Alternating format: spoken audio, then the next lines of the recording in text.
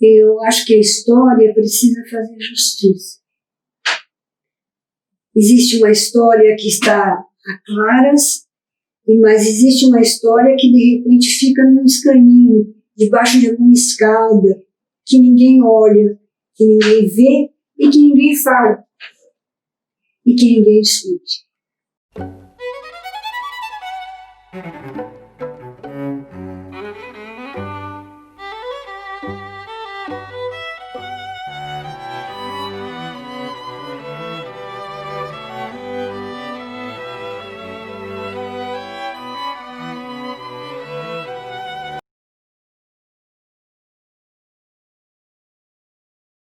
Na verdade, hoje, refletindo sobre esse primeiro contato, eu vendo o entusiasmo do Mário Pedrosa e na questão de ser o primeiro museu que nascia por livre vontade, por liberdade dos artistas de doarem o que eles queriam para compor esse museu,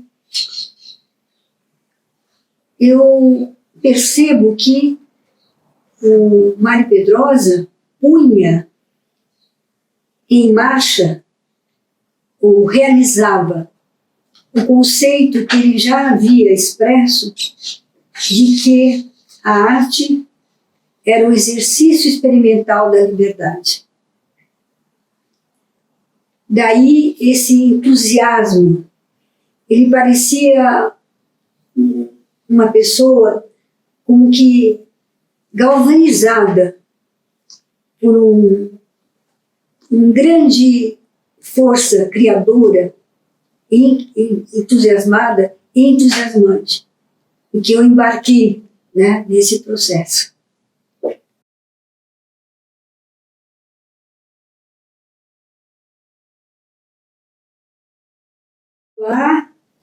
Uma saudação muito cordial àqueles que assistem este vídeo, realizado no dia 3 de novembro de 2020. Eu respondo a um convite do professor Marcelo Mari e também do professor Márcio Tavares, que organizaram uma homenagem a Mário Pedrosa, em que se comemora 120 anos de vida. Ele que nasceu em 1900. Também estou respondendo a um pedido de uma colega minha do Museu de Arte Contemporânea da USP, Cristina Machado Freire, que, viajando a Santiago em 2016 e visitando o museu que hoje se chama Salvador Allende, se admirou do esquecimento relativo ao importante e fundamental papel de Mário Pedrosa para a fundação deste museu.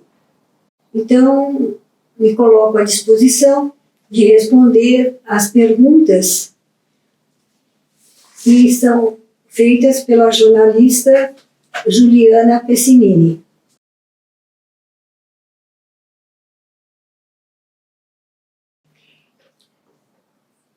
Eu conheci Mário Pedrosa quando, numa semana de inverno de julho de 1971, me dirigi ao Instituto de Arte Latino-Americano da Universidade de Chile e me entrevistar com o diretor Miguel Rojas Mix. Eu queria muito continuar no Chile o que eu vinha trabalhando e era a minha carreira no Museu de Arte Contemporânea como documentalista e curadora-chefe. Então, dessa maneira, eu me apresentei e nos primeiros contatos, nas primeiras falas, o diretor me disse: Mari Pedrosa está aqui, com muito entusiasmo. E eu gostaria muito de apresentar a ele.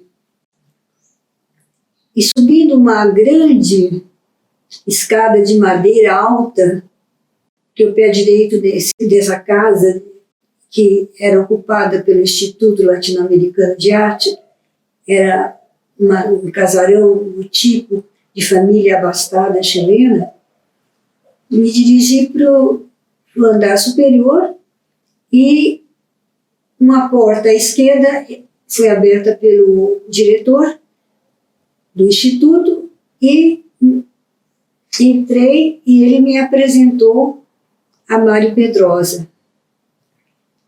A primeira impressão foi de muita abertura e cordialidade a parte de Mari Pedrosa. Ele se levantou imediatamente de trás de uma escrivaninha à esquerda, no aposento, e em sua alta estatura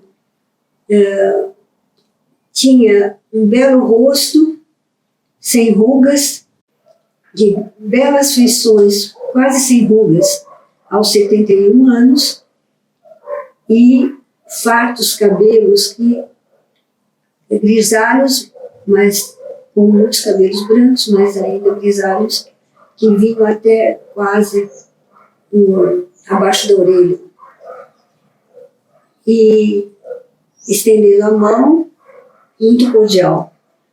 E foi também me apresentando como um colega e com palavras de admiração, o historiador e crítico de arte argentino Aldo Pellegrini, que ocupava uma escrivaninha em frente.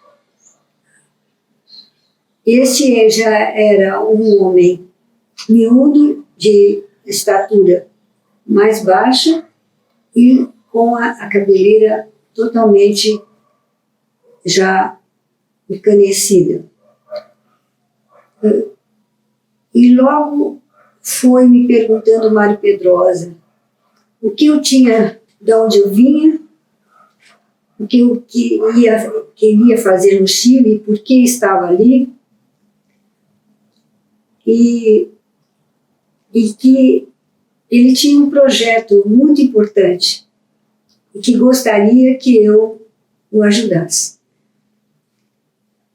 Nesse ínterim, ele olhou o relógio e disse: não, eu não posso continuar, tenho que ir ao Ministério de Relações Exteriores, instalado no Palácio do Governo, chamado Palácio de la Moneda, e vamos no caminho. Como eu tinha que ir também para o centro de Santiago, ao Ministério de la Habitación, que ficava a 2 quadras do Palácio de la Moneda.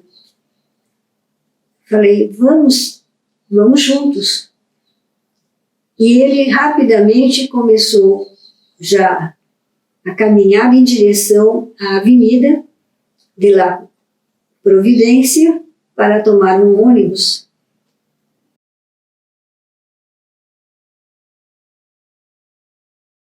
Ele caminhava com grandes passadas pelas quadras, com muita familiaridade. E eu, como sou baixinha, a custo acompanhava, né? Com meus passos mais curtos, às vezes eu dava uma corridinha assim, para entrar no ritmo da caminhada do Mari Pedrosa. Como sempre, mesmo no inverno, ele usava umas sandálias de couro cru e não parava realmente de conversar sobre um projeto que ele estava desenvolvendo com o apoio do governo chileno. Chegamos rapidamente à avenida, ele fez um sinal e parou um micro-ônibus, que no Chile se chama Libre, e ingressamos, eu me sentei e ele não tinha lugar, ficou de pé. Essas micro-ônibus têm um teto muito baixo e ele ficava encurvado, né, explicando, e nem parecia se incomodar com esse problema. Chegando ao centro, no caminho, ele já vinha dizendo que o projeto dele era fundar um museu único no mundo, composto, formado pela doação livre dos artistas para o povo do Chile,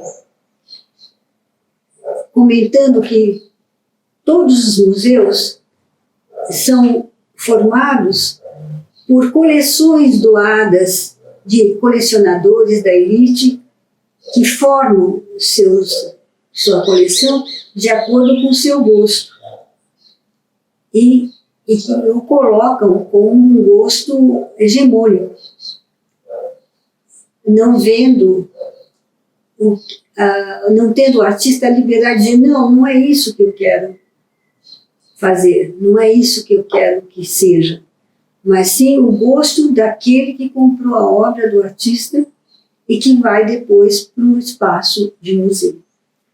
Eu me entusiasmei muito e imediatamente e de forma totalmente voluntária colaborei em todo o processo da formação desse museu.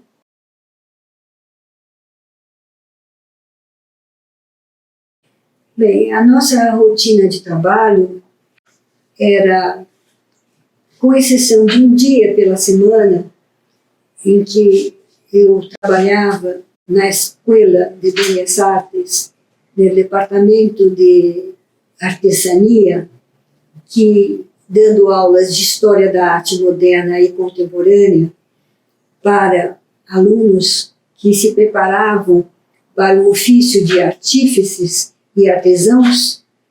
Nos outros dias, uma vez que meus filhos saíam para a escola, eu me dirigia para o Instituto de Arte Latino-Americano, e onde eu me encontrava com o Mário Pedrosa, geralmente por volta das 9h30, 10h, e dirigíamos para os fundos, onde estavam as caixas trazendo as obras de arte. Então, havia funcionários que abriam e eu imediatamente fazia uma ficha técnica de acordo com preceitos da museologia, a que eu estava acostumada, já que havia trabalhado sob a direção do professor Walter Zanini, diretor do Museu de Arte Contemporânea da USP, fazendo a primeira catalogação do MAC USP. Então, ali havia indicação do nome do artista, eu tirava as medidas, a técnica, e se procurava inscrições, assinatura, se estava assinado ou não, e se tinha um título, e se tinha no verso alguma outra inscrição. E era um trabalho muito gostoso, era muito pesado. E Mário Pedrosa não ficava indiferente, porque ele tinha sido diretor do MAN, do Museu de Arte Moderna de São Paulo. E nós repartíamos, ele repartilhava comigo opiniões, né? Como ele ficou encantado quando chegou a doação do Miró, como ele não gostou de algumas doações, que eu não vou dizer, se sentiu frustrado, né? Diante de alguns trabalhos que chegaram. E doações não solicitadas, inclusive, né? De associações, de aquarelistas locais, enfim, pessoas que não tinham recebido o convite para doar, mas que tinham feito o gesto, né, de doação. E ficávamos nessa labuta, era um trabalho realmente pesado, porque tinha que se dedicar detalhadamente a cada obra, e era árduo, mas sentíamos muito entusiasmo, compensador, era compensador. Por volta já de quase 2 horas, nós íamos a pé, sempre ele com aquelas largas passadas e eu correndo um pouquinho e andando no meu ritmo, né? E atravessávamos uma ponte que cruzava o rio Mapote. Ele passa por todo Santiago, a cidade de Santiago. E chegávamos a uma avenida que margeia o rio Mapote, chamado Los Conquistadores Norte. E depois de algumas quadras, entrávamos numa vila que era muito ampla, de forma quadrangular. À direita, no limite, né, perímetro à direita, havia 3 casas e à esquerda as 3 casas. Entrávamos nesse amplo espaço e nos dirigíamos à direita, onde, se não me falha a memória, a 3ª casa era ocupada pelo Mário Pedrosa e a sua esposa. Foi nesse momento que eu conheci e tive muitos contatos com Mary Huston, a mulher do Mário Pedrosa. Ela era uma personalidade também muito brilhante intelectualmente e tinha dedicado a vida inteira a pesquisar todas as expressões contidas na famosa obra de James Joyce, Finnegan's Wake.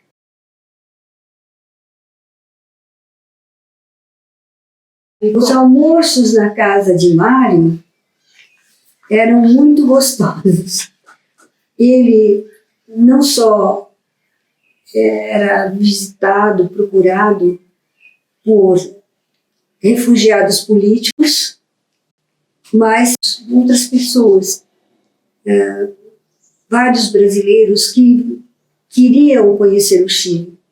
O Chile era, no processo político que ele vivia, era o grande tema do momento, né?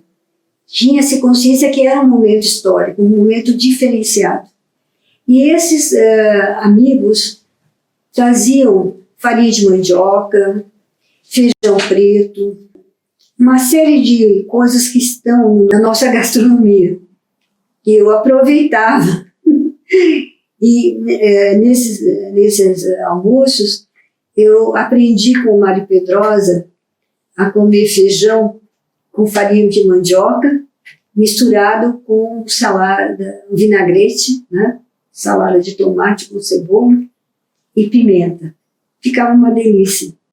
Depois desses almoços, geralmente chegava uma jovem argentina, de acordo com esse lado afável e de bom humor de Mário Pedrosa, era chamada de Mafalda. E ela secretariava, havia uma máquina de escrever, uma mesa, e Mário Pedrosa rapidamente falava respostas de uma grande correspondência. Eu não me lembro o teor dessa correspondência. Logo, ele se sentava numa cadeira de balanço dessas austríacas, né? E colocava uma máscara tipo que se usa nos aviões, cobria os olhos e fazia uma siesta de 30 minutos. Enquanto isso, eu conversava com a Mafalda, né? Ou uma hora conversava com a Mary Huston sobre os trabalhos dela em relação a Finnegan's Wake. Terminada a sexta, voltávamos outra vez para o Instituto de Arte Latino-Americano, onde trabalhávamos até por volta das 6 horas, e aí eu tomava o meu rumo, que era um bairro já nos contrafortes dos Andes, chamado La Reina, e terminava a nossa jornada desse dia.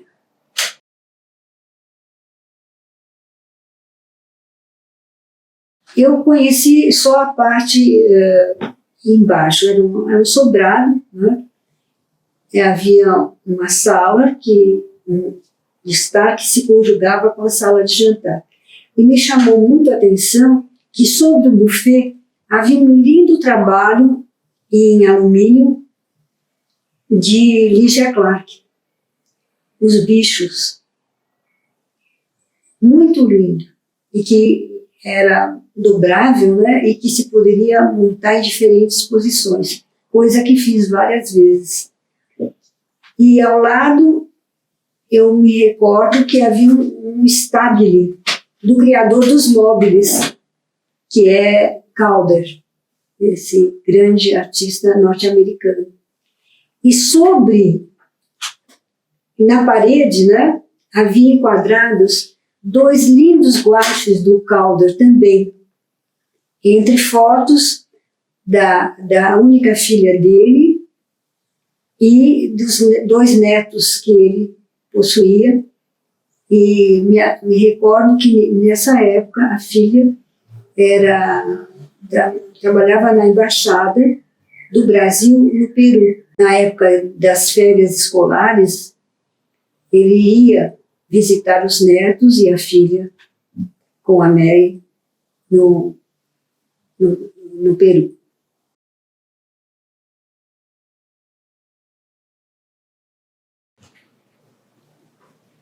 Uma das coisas que o tempo realmente nos faz perceber que a perspectiva é maior, né, quando se olha à distância os fatos, né?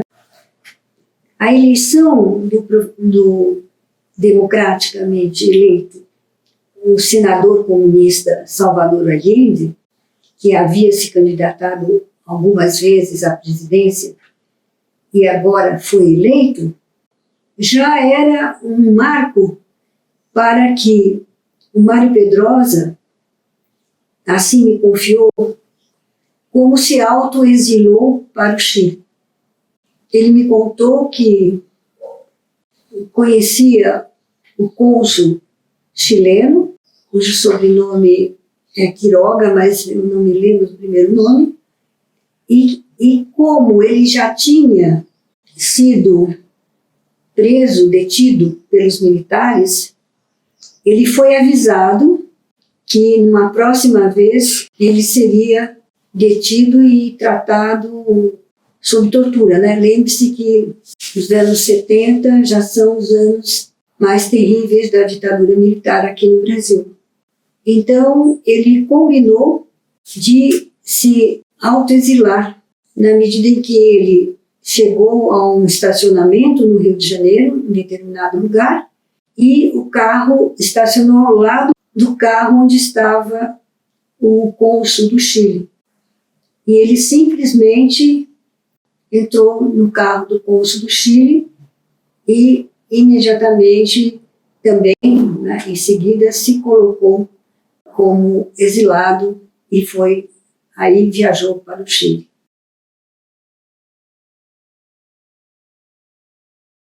Como exilado, ele articulou no Ministério de Relações Exteriores um comitê executivo para organizar as doações dos artistas via as representações diplomáticas em todas as partes do mundo onde o Chile tinha suas representações. E formou-se um comitê executivo, cujo presidente era o Mário Pedrosa, o secretário executivo era o Danilo de Trelles, e também uma figura que participava desse comitê, Carmen Vogue, cujo papel foi importante na medida em que era dona de uma galeria e tinha os mailing lists de várias galerias da Europa e das Américas e dos Estados Unidos também. Ele estava vinculado à Universidade do Chile através do Instituto de Arte Latino-Americano, que pertencia à universidade. E, então, o que eu queria deixar como algo relevante no meu depoimento é que o museu nasceu como um museu público. Um museu universitário de uma universidade pública. E isso me interessava muito porque eu era participante de um museu público também. Tinha experiência, né, de um museu universitário e público, como é o MAC-USP. O que dá uma abertura extremamente popular. Né? Era um museu que se formava com doações livremente de artistas para o povo chileno. Isso porque, naquela época, o Museu Nacional de Bellas Artes era um museu sem nenhuma atualização quase. Com exceção do grande surrealista e chileno Mata, com grandes painéis, tudo era do século XIX, pintura eclética, paisagens.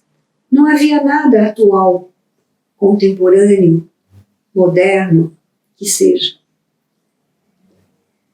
Realmente, o Museu de la Solidaridad com Chile era algo absolutamente novo e vinha justamente enriquecer com a arte contemporânea, doada livremente pelos artistas, a visão de arte e cultura para o povo chileno. E eu creio que estava estrategicamente conectado com o governo de Salvador Allende, porque desde abril, a data da sua inauguração foi 17 de maio, e entre abril e maio se instalou uma conferência patrocinada pela ONU sobre o comércio e desenvolvimento, chamado UNCTAD III. Para isso foi realizado uma arquitetura, um edifício para acolher as grandes assembleias com mais de 3.000 delegados chamados a discutir condições de comércio, condições de desenvolvimento. E era a primeira vez que a UNCTAD era realizada no chamado país de terceiro mundo. E na programação da UNCTAD 3, o encerramento se dava com a inauguração do Museu de la Solidaridad com Chile. O local não era aparelhado realmente para exposição. Como era um pavilhão, né, ele tinha uma grande sala transversal E depois havia uma abertura, um corredor, onde era constituído por 3, 4 salas. Eu coloquei, claro, as esculturas e as grandes pinturas, as mais importantes, como o Miró, né? E ressalto no primeiro grande sala. E os trabalhos mais gráficos e menores pinturas nas salas que ficaram posteriores a esse grande salão. E mesmo no texto do catálogo, o museu já é visto que se inaugurava, sim, dentro da programação da UNCTAD, dia 17 de maio, o encerramento. Então, você pode imaginar que a abertura teve a presença do presidente Allende, dos seus ministros, de muitos delegados que estavam na UNCTAD. Realmente foi algo grandioso essa inauguração.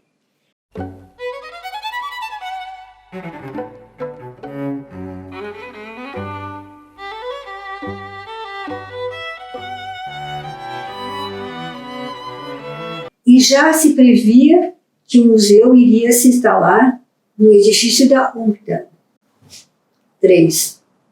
Nós chegamos até a trabalhar nesse edifício.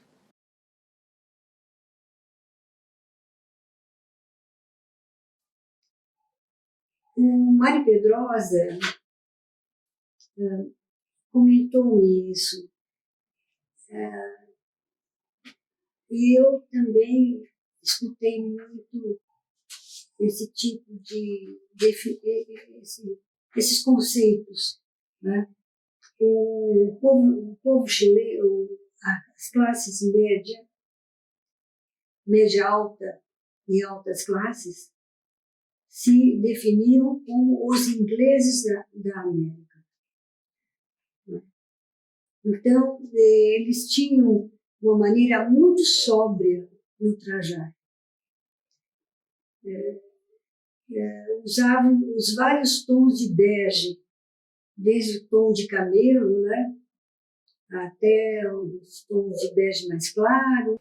Enquanto as roupas, era muito perceptível essas diferenças do grupo popular e do grupo já de classe média.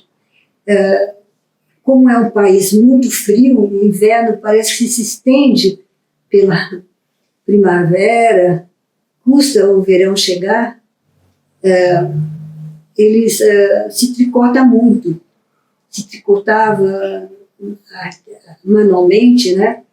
Casacos, gorros, luvas, meias, e sempre eram cores muito vivas. E quando o Salvador Allende chamava para manifestações de apoio, né, nós víamos esse povo vestido muito multicolorido, né, um povo multicolorido, com suas vestes,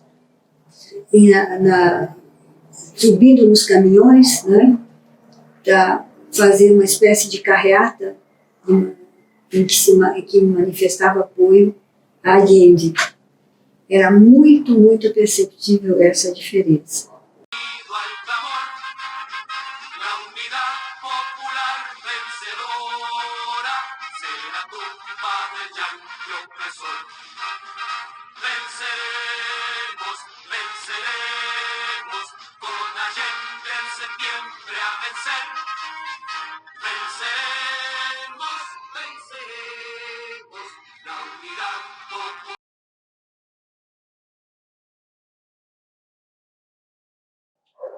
Eu percebi que era um homem muito carismático. E ele, inclusive, escreveu uma dedicatória que tenho aqui e que vai ser gravada, né? fazendo um jogo de palavras em que ele diz mais ou menos assim: para Daisy, a mais revolucionária de las curadoras, com afecto e consideração de su presidente companheiro Salvador Allende.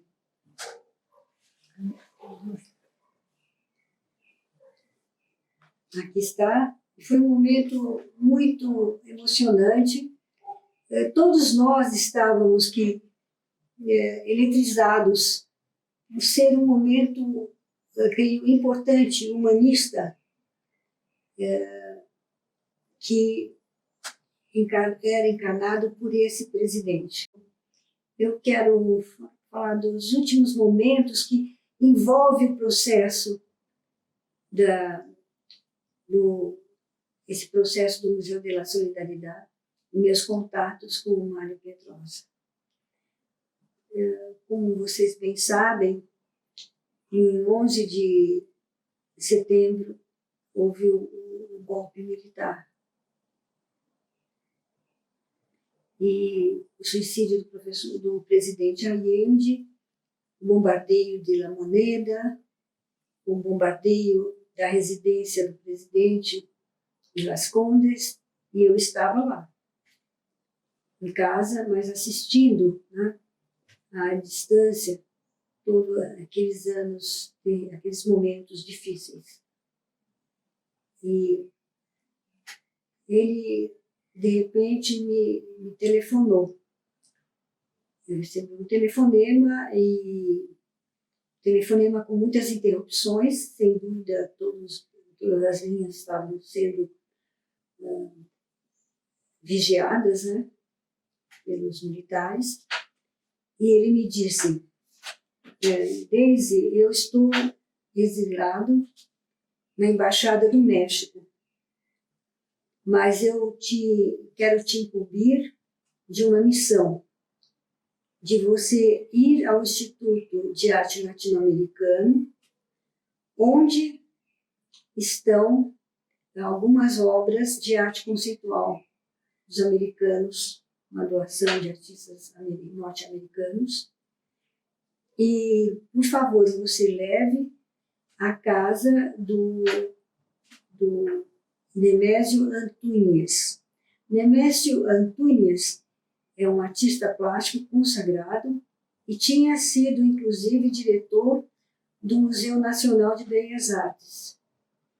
E assim fui. Cheguei ao Instituto, tudo muito deserto, mas havia lá um funcionário. Subi na sala onde estavam essas doações e as levei para a casa do Nemésio Antúñez. Me lembro tanto, e isso é muito Mário Pedrosa, um incansável, um batalhador da cultura. Eu estava chorando, eu falei: nossa, mas que horror, tudo isso. Ele disse: não, eu vou para o México e de lá eu pretendo retirar o Museu de la Solidariedade, trazer para o México e só voltar quando a democracia for restaurada.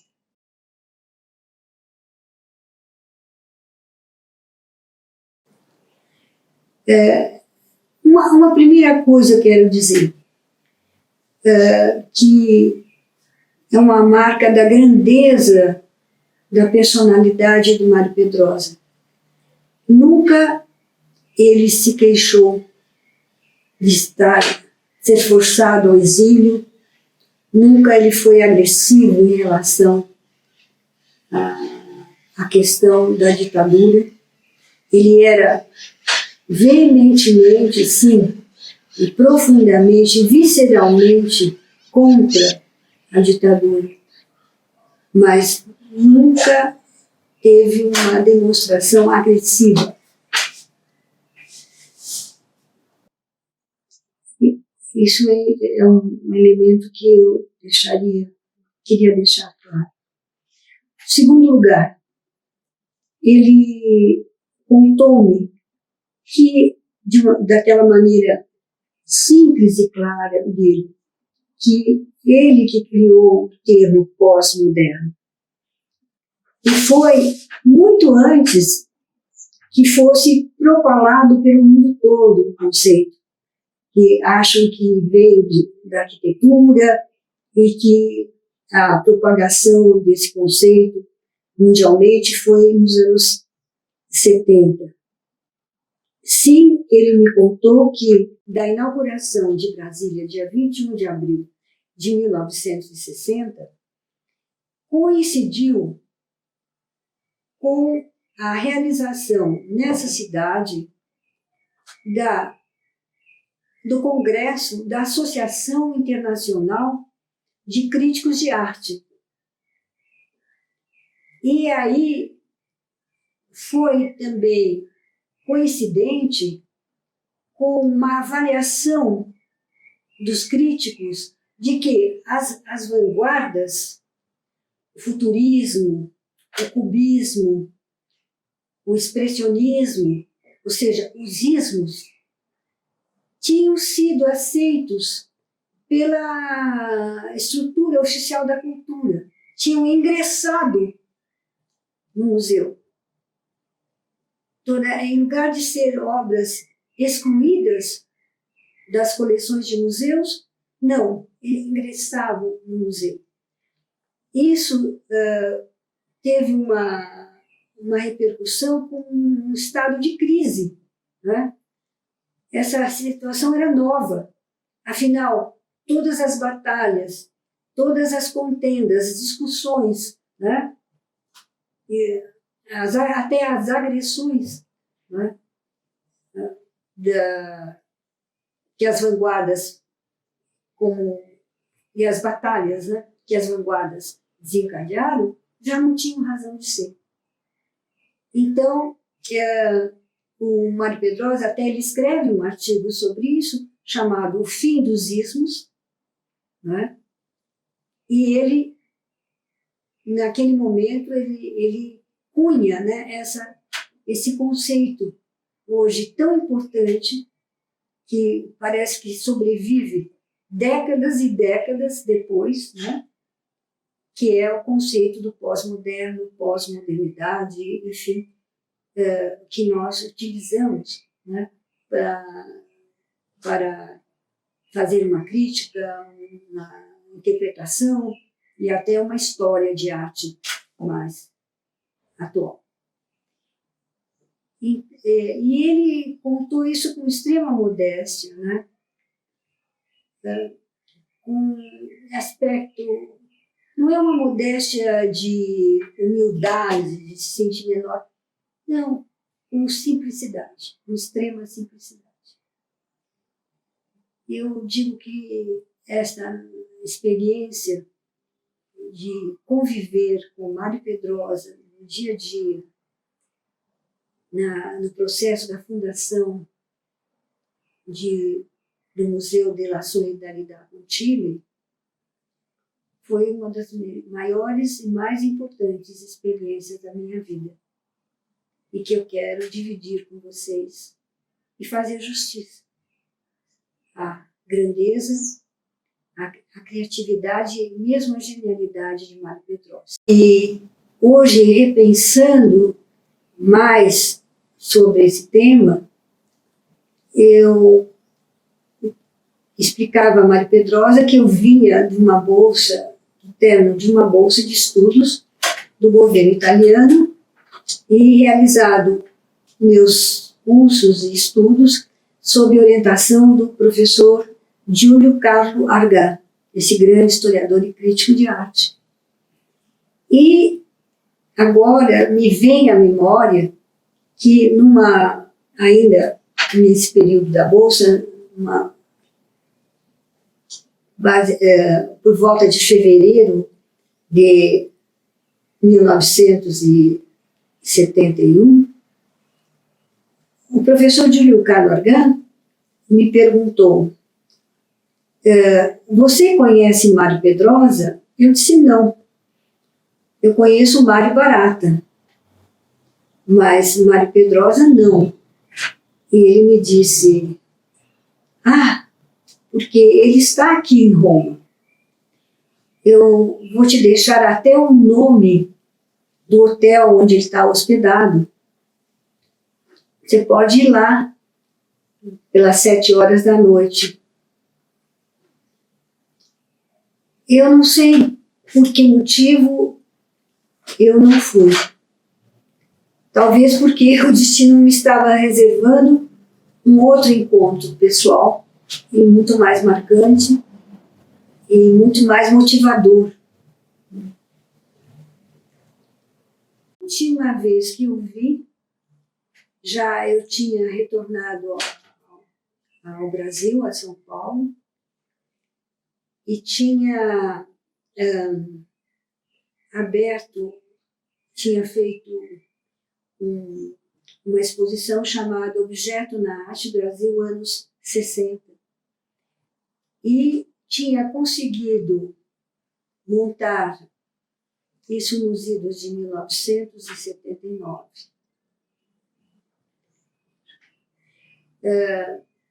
Montar um debate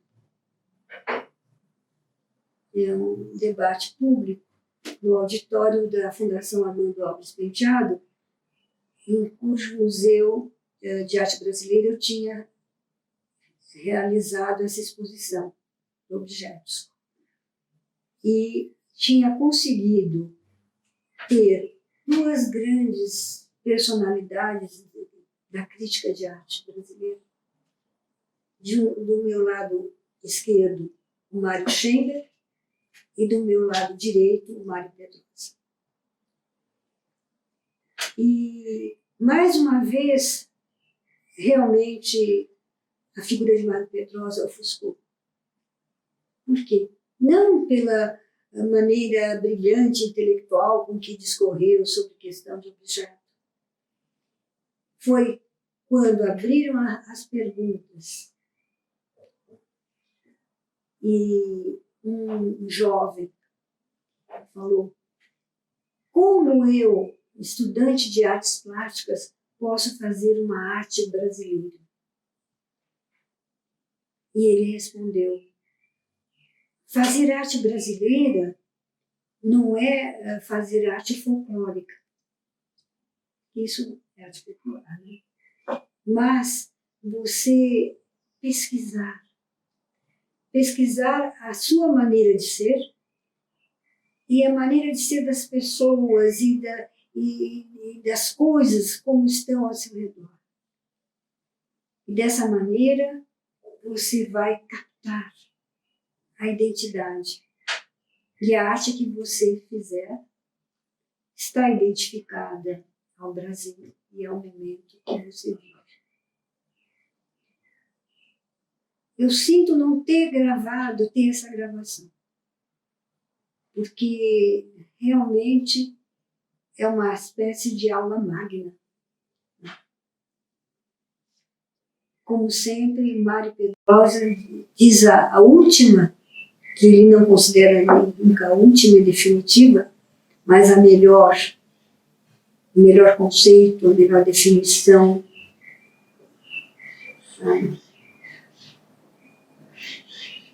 E aqui eu humildemente peço uma grande homenagem aos 120 anos de Mário Pedrosa.